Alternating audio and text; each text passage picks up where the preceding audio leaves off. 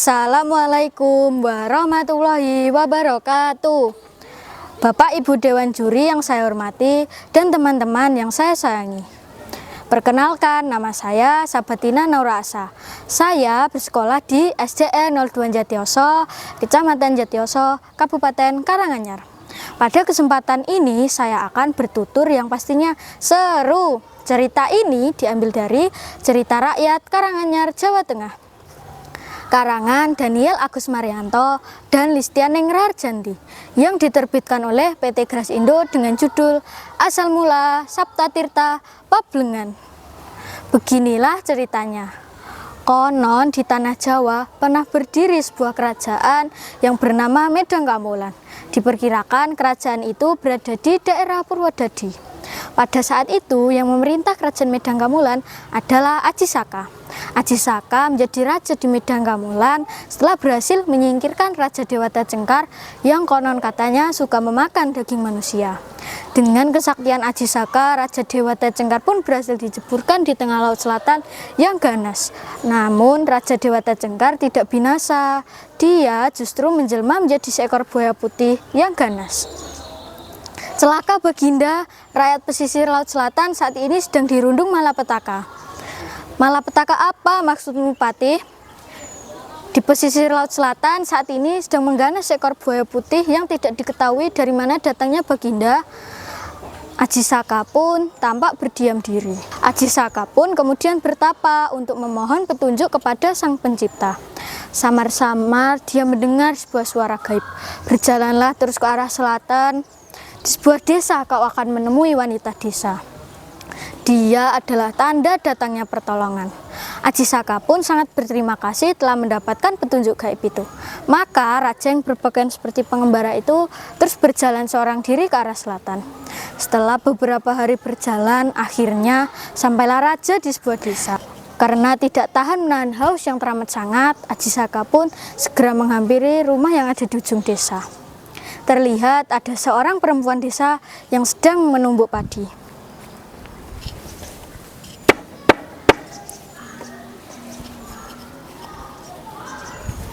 Biung, bolehkah aku meminta air sedikit saja? Hari sangat panas, aku haus sekali, Biung. Ini tuan airnya. Gluk, gluk, gluk. Terima kasih banyak, Biung. Suatu saat nanti pasti akan ada yang membalas kebaikan Biung. Aji Saka pun pamit pergi. Beberapa saat setelah Aji Saka pergi, datanglah ayam jago milik perempuan desa itu meminum keringat Aji Saka. Keringat Aji Saka itu sangat ajaib.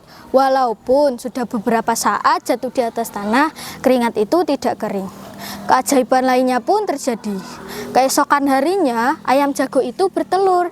Telurnya sangat besar sekali. Bukan main heran dan girangnya perempuan desa itu cepat-cepat mengambil telur dan mengeramkan pada ayam betina. "Ah, anak naga!" jerit perempuan desa itu panik. "Jangan takut, Biung, jangan takut. Di mana ayahku?" tanya anak naga ajaib itu dan semakin membuat takut perempuan desa itu. Namun setelah perlahan-lahan anak naga ajaib itu menerangkan asal-usulnya, mulai timbul kembali keberanian perempuan. Mendengar semua keterangan anak naga ajaib itu, perempuan desa itu menjadi semakin ternganga karena ia tidak menyangka bahwa akan ada raja yang akan mengunjungi gubuknya. "Sayang, Baginda Aji Saka sudah pergi, naga," ujar perempuan desa itu tampak kecewa. Mengetahui ayahandanya telah pergi, anak naga itu berniat kembali untuk menyusulnya. Tidak lupa dia memberikan telur-telur yang sudah berubah menjadi emas sebagai tanda terima kasihnya kepada perempuan desa itu. Beberapa bulan kemudian terjadi kegemparan di istana Medangkamulan karena ada seekor naga raksasa yang mengaku menjadi putra Aji Saka dan prajurit pun melaporkannya ke istana.